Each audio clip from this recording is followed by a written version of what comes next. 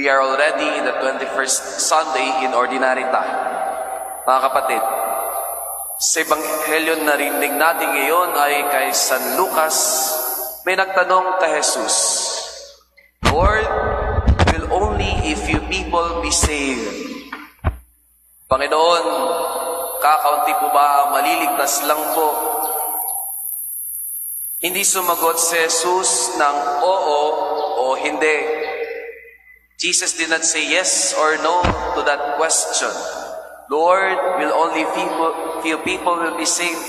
Kakaunti lang po ba ang maliligtas? But He said, pagsikapan ninyong pumasok sa makipot na pintuan. Kaya it is good to ask one question for today. Paano ba makapasok sa langit? How to enter the kingdom of God?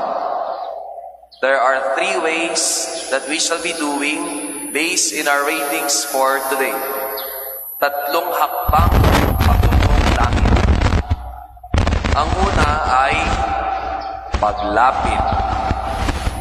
Paglapit ng lahat. We have heard from our first reading from the book of the prophet Isaiah, chapter 66, verse 18. Yahweh said, I come to gather the nations of every language. They shall come and see my glory. Sabi ng Diyos, titipunin ko ang lahat ng bansa at lahat ng wika. Parang gustong ipunto ng Diyos, ang kaligtasan ay hindi lamang para sa mga Hudyo. Ang kaligtasan ay hindi lang para sa iilan. Ang kaligtasan ay para sa lahat. Siguro narinig niyo na po yung mga slogan ng ibang reliyon. Kapatid, naligtas ka na ba? Are you already saved? Sigurado ako, pag naririnig niyo yun, mapapatunga nga kayo dahil ang inyong tugon ay di pa po. At sasabihin nila, kami lang ang maliligtas. Kami lang, hindi kayo. But dear brothers and sisters, we were already saved by the Lord when He was crucified on the cross. Nailigtas na tayo ng Diyos nung inialay niya ang sarili niya sa krus. Ngunit, sabi ni St. James, faith without work is dead. Hindi lang sapat na sumapi lang tayo sa relihiyon ng pananampalataya natin sa Katolisismo. Galaw-galaw din. Dear brothers and sisters, marunong lumapit sa Diyos. Hindi sa lahat ng pagkakataon, lalapit lagi ang Diyos sa atin. Come closer to God, be near to Him. Katulad din, mga kapatid, kay Kristo, ang lahat ay ninanais ng Diyos na lumapit sa Kanya. Lagi siyang bukas, mayaman man o mahirap, malakas man o mahina, mabait man o hindi mabait, lapit sa Diyos. Hindi niya tayo tinataboy.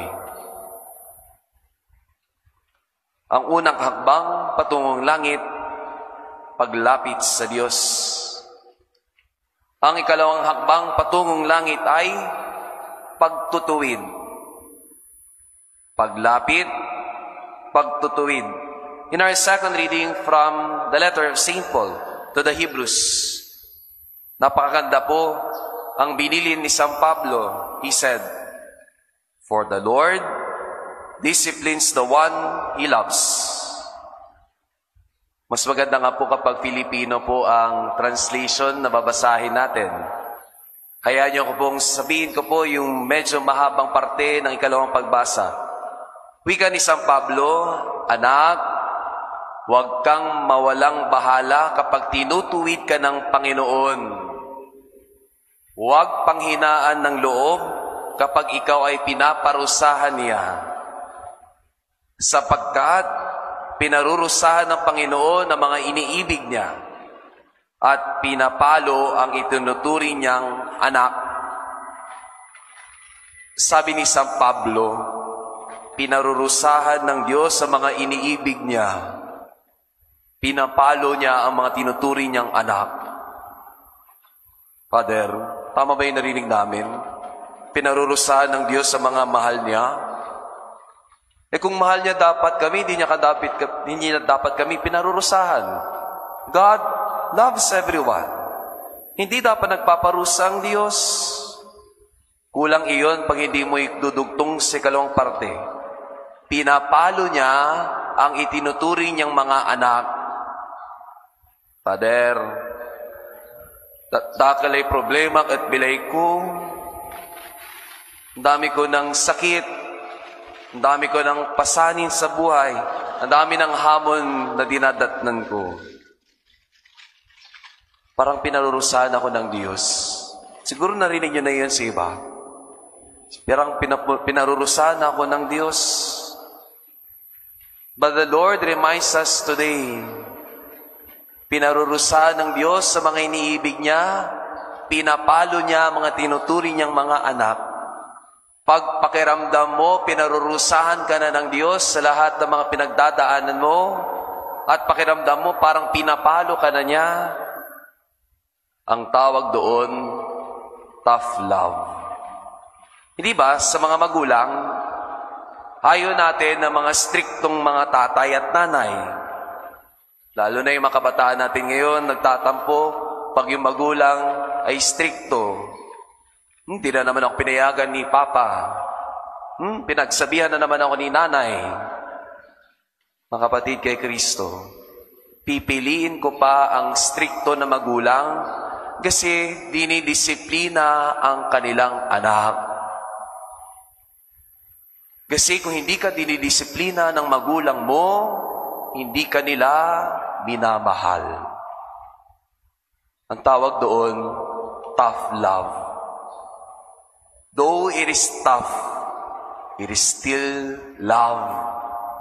Kahit masakit sa parte ng magulang na pagalitan ng anak, kailangan niya yung gawin para ituwid ang pagkakamali ng anak.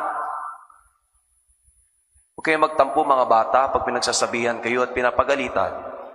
Trabaho nila yun. Hindi nyo trabaho na pagsabihan ng magulang nyo.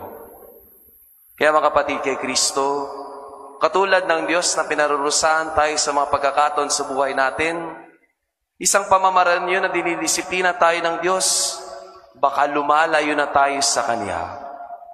Hindi po ba? Naalala nyo lagi ang Diyos kapag mga problema nang dumadating sa inyo. Lord, tulungan mo naman ako. Sa mga pagkakataon na hinahamon kayo ng buhay, lagi kayong lumalapit sa taas. Hakbang patungong langit, pagtutuwid ng pagkakamali. Paglapit, pagtutuwid, ang ikatlo ay pagsisikap. Narinig natin sa ating mabuting balita na bilanggit ko kanina. Lord, kakaunti lang po bang maliligtas? Hindi sumagot ng oo o hindi ang Diyos.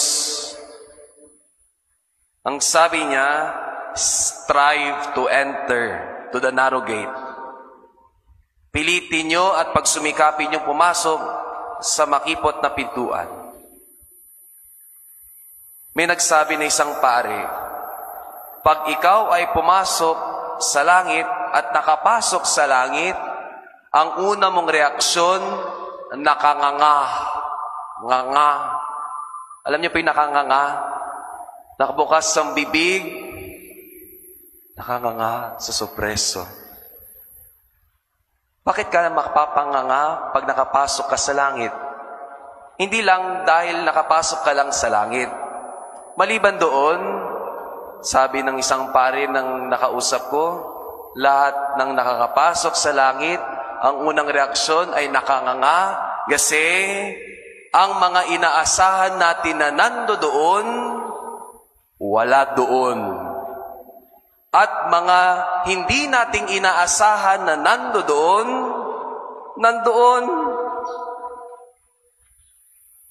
Yung marites mo na kapitbahay, pag namatay, bakit? Sigurado ka bang impyerno siya? Baka magkita pa kayo sa langit, yung tinuturi mong kaaway, at gagawin mo na lang, mapapanganga. Because in one way or another, that person strive to enter through the narrow gate. At sa mga inaasahan nating nandoon sa langit, huwag kayo magpakasigurado, hindi kayo Diyos, kayo maghuhusga na makakapasok sila sa langit. Baka nga ulit, wala sila doon.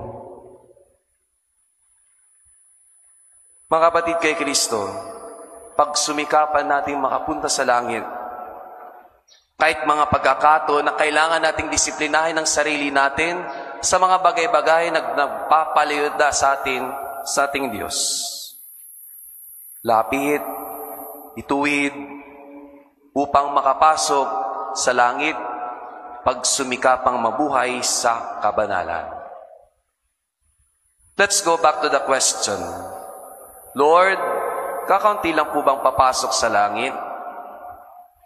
Sana palitan niyo yung tanong na yun. Sanang tanongin niyo sa sarili niyo, Panginoon, kasama po ba ako sa langit?